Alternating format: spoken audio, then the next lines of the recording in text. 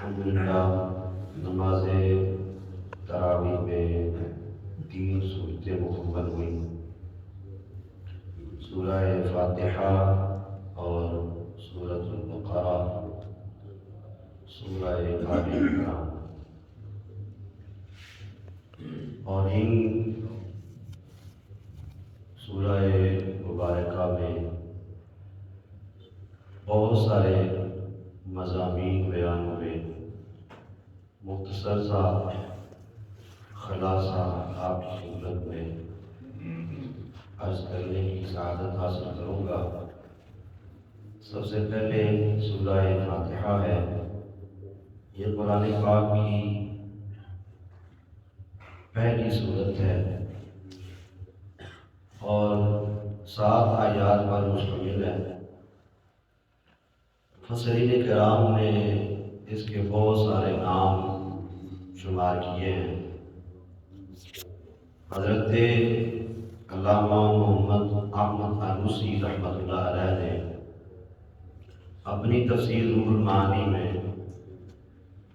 اس سورہ مبارکہ کے 22 نام شمار کیے ہیں اور 7 عربی کا ایک مقولہ بیان کرتے ہیں: کثرت الاسماء تدل علی العظم المسمى، کہ جس چیز کے نام زیادہ ہوتے ہیں وہ اس کی عظمت پر دلالت کرتے ہیں۔ تو یہ سورہ مبارکہ شفا بھی ہے اور رب کی اپنے بندے سے گفتگو ہے اور بندے کی اپنے رب سے گفتگو ہے۔ اور جب کوئی بندہ مومن سورہ فاتحہ پڑھتا ہے، الحمدللہ رب العالمین سے اس کا آغاز کرتا ہے، تو اللہ رب العزت اپنے بندے سے مخاطب ہوتا ہے: کیا میرے بندے، تو نے میری تعریف کی ہے، تو نے میری حمد بیان کی ہے، اور اس حمد پر میں تم پر راضی ہوا۔ اور پھر اس کے بعد جب بندہ الرحمن الرحیم پڑھتا ہے تو اللہ رب العزت اپنے بندے سے فرماتا ہے کہ تو نے میری رحیمی اور میری کریمی کا اظہار کیا ہے، میں رحمان بھی ہوں، میں رحیم بھی ہوں، تو جس طرح تو نے مجھے یاد کیا ہے اسی طرح قیامت کے دن میں بھی تمہیں یاد رکھوں گا۔ اسی طرح آگے جو بندہ مانگتا جاتا ہے اللہ تعالیٰ اپنے بندے کو عطا فرماتا ہے۔ اور اس کے بعد سورۃ البقرہ ہے۔ قرآن پاک کی یہ سب سے بڑی سورت ہے اور اس سورہ مبارکہ کے بارے میں نبی کریم صلی اللہ علیہ وآلہ وسلم نے ارشاد فرمایا کہ جس گھر میں یہ سورہ مبارکہ پڑھی جائے شیطان اس گھر سے بھاگتا ہے۔ مسلم شریف کی حدیث مبارکہ ہے، جس گھر میں یہ سورۃ المبارکہ سورہ بقرہ پڑھی جائے شیطان اس گھر سے بھاگتا ہے۔ اور اس کی جو پہلی آیات ہے اس میں اللہ تعالیٰ نے مومنین کی نشانیاں بیان فرمائی ہیں کہ جو مومن ہے اس کی نشانیاں کیا ہیں، اور جو ان نشانیوں پر پورا اترتا ہے اللہ تعالیٰ نے اس کے لیے کامیابی کا اعلان فرمایا: اولئک علی ھدی من ربہم واولئک ھم المفلحون۔ اور ان آیات کے بعد آگے اللہ تعالیٰ نے کافروں کا ذکر کیا ہے کہ اپنے محبوب کو فرمایا کہ ان کے لیے برابر ہے، ان کو ڈراؤ یا نہ ڈراؤ، یہ ایمان لانے والے نہیں ہیں۔ کیوں؟ ختم اللہ علی قلوبہم وعلی سمعہم وعلی ابصارہم غشاوہ ولہم عذاب عظیم، کہ ان کے جو ہے وہ دلوں پر مہر لگا دی گئی ہے اور ان کے جو ہے وہ وعلی سمعہم وعلی ابصارہم غشاوہ، ان کے کانوں اور ان کی آنکھوں پر پردہ ہے اور ان کے لیے بہت بڑا عذاب ہے۔ اب یہاں پہ بہت سارے لوگ، میں پہلے بھی عرض کر چکا ہوں کافی دفعہ، یہ جو دور گزر رہا ہے یہ فتنوں کا دور ہے۔ بہت سارے لوگ جو ہیں وہ بہت بہت ساری چیزوں پر اعتراض کرتے ہیں اور پھر اپنے خیالات کا اظہار کرتے ہیں کہ جب اللہ تعالیٰ نے فرما دیا ہے سواء علیہم کہ ان کے لیے ان پر برابر ہے انذرتہم ام لم تنذرہم، ان کو ڈراؤ یا نہ ڈراؤ، تو پھر ان بیچاروں کا کیا قصور ہے؟ یہ ہم نے خود اپنے کانوں سے سنا ہے، اور اس وقت جو انسان ہے وہ تذبذب کا شکار ہے، اسے سمجھ نہیں آ رہی کہ میں کیا کروں، کس کی سنوں اور کس کی نہ سنوں۔ تو یہاں پہ یہ بہت بڑی بحث ہے، میں صرف اتنی بات کہنا چاہتا ہوں کیونکہ اگر اس پر میں مکمل بات کروں گا تو پھر جو ہے وہ کافی وقت درکار ہے کہ یہ سوال پیدا ہوتا ہے اور لوگ اس پہ بات نہیں کرتے ہیں۔ تو اس کے لیے ایک سادی سی بات عرض کرنا چاہتا ہوں۔ ایک ہوتا ہے کہ ایک بندے کے لیے ایک راستہ مقرر کر دیا ہے اور پھر اس کے لیے دوسرا راستہ کوئی نہیں ہے، تو کیونکہ اس کے لیے راستہ ہی ایک ہے تو پھر اگر وہ اس راستے پہ چل رہا ہے تو پھر تو وہ بیچارہ ہے کہ وہ جو راستہ اس کو دیا گیا راستہ بھی ایک تھا، اس پہ وہ چل رہا ہے، اور پھر اس کو قصوروار ٹھہرایا جائے کہ تو اس راستے پہ کیوں چل رہا ہے، پھر تو وہ بیچارہ ہے۔ اگر اس کے سامنے دو راستے رکھ دیے، دو راستے اس کے سامنے رکھ دیے، صراط الذین انعمت علیہم، پھر اس پیچھے سورہ مبارکہ سورہ فاتحہ میں اس کا پورا جواب موجود ہے۔ دو راستے ہیں، صراط الذین انعمت علیہم غیر المغضوب علیہم، ایک راستہ انعام والوں کا راستہ ہے اور ایک راستہ ان کا راستہ ہے جن پر غضب ہوا ہے۔ تو اب یہ اختیار بھی اس کو دیا ہے کہ اب تو جس راستے کو چاہے اس کو اختیار کر، اور اللہ تعالیٰ نے پھر عقل سمجھ اور سب کچھ شعور بھی دیا ہے، سب کچھ اللہ تعالیٰ نے عطا فرمایا، اور پھر اس پر اللہ رب العزت نے اپنے انبیاء کرام علیہ السلام کو بھیجا ہے اور انہوں نے آ کے بتایا ہے کسی کا راستہ کون سا ہے۔ اور اس کے باوجود اگر وہ ہٹ درمی پر قائم ہے کہ وہ راستہ نہیں اختیار کرتا جو اس کو بتایا جا رہا ہے کہ یہ راستہ کامیابی کا راستہ ہے، اور جب ہٹ درمی کا جو مظاہرہ کرتا ہے کہ سب کچھ بتانے کے باوجود دکھانے کے باوجود وہ نہ مانے، تو پھر اس پر اللہ رب العزت جو ہے وہ فیصلہ فرماتا ہے۔ مالک ہے نا، مالک اگر کسی چیز کا حکم دیتا بندہ نہ مانے، ہر درمی کا مظاہرہ کرے اور پھر یہ کہے کہ مجھے کہا بھی کچھ نہ جائے، اس کو انعامات بھی دیے جائیں، اس پر نعمتیں بھی کی جائیں، اسے سب کچھ دیا جائے، اور اس کے باوجود وہ نہ مانے، تو پھر مالک اپنا جب فیصلہ فرماتا ہے تو اس کا فیصلہ اٹل فیصلہ ہوتا ہے۔ اور اس ہٹ درمی کی وجہ سے کفار کے لیے اللہ تعالیٰ نے ان کے لیے کہ جن کو ایمان نصیب ہی نہیں تھا ان کے لیے اعلان فرما دیا کہ محبوب یہ ہٹ درم ہو چکے ہیں، انہوں نے کبھی نہیں ماننا، ان کے سامنے چاند دو ٹکڑے ہو جائے، ڈوبا ہوا سورج واپس پلٹ آئے، پتھر کلمہ پڑھنا شروع ہو جائیں اور کنکریاں مٹھی میں بولنا شروع ہو جائیں، اس کے باوجود یہ کلمہ نہیں پڑھیں گے۔ تو اس وجہ سے کہ سب کچھ انہوں نے اپنی آنکھوں سے دیکھا تو نہ مانا، تو جب حد کر دی نہ ماننے کی تو پھر اللہ تعالیٰ نے مہر لگا دی، اب تمہارے لیے جو ہدایت کا راستہ بالکل بند ہے۔ تو اس لیے قرآن پاک نے ان کے بارے میں بات کی ہے۔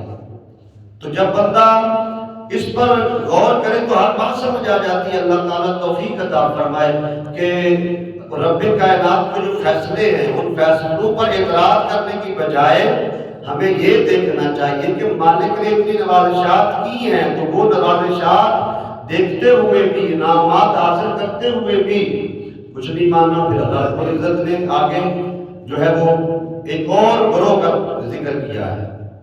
وہ کون سا گروہ ہے؟ وہ منافقین کا گروہ ہے، وہ ایسا گروہ جو کافروں سے بھی خطرناک ہے۔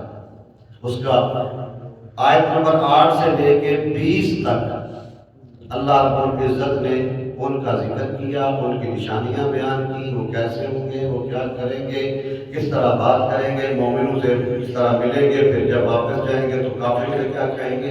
یہ پوری تفصیل اللہ تعالیٰ نے منافقین کی بیان فرمائی، منافقین کی علامات کو بیان کیا، اور ان کے بارے میں بھی اللہ تعالیٰ نے فرمایا کہ کچھ لوگ ایسے ہیں کہ جو کہتے ہیں کہ ہم اللہ پر ایمان لائے، آخرت پر ایمان لائے، وما ہم بمؤمنین۔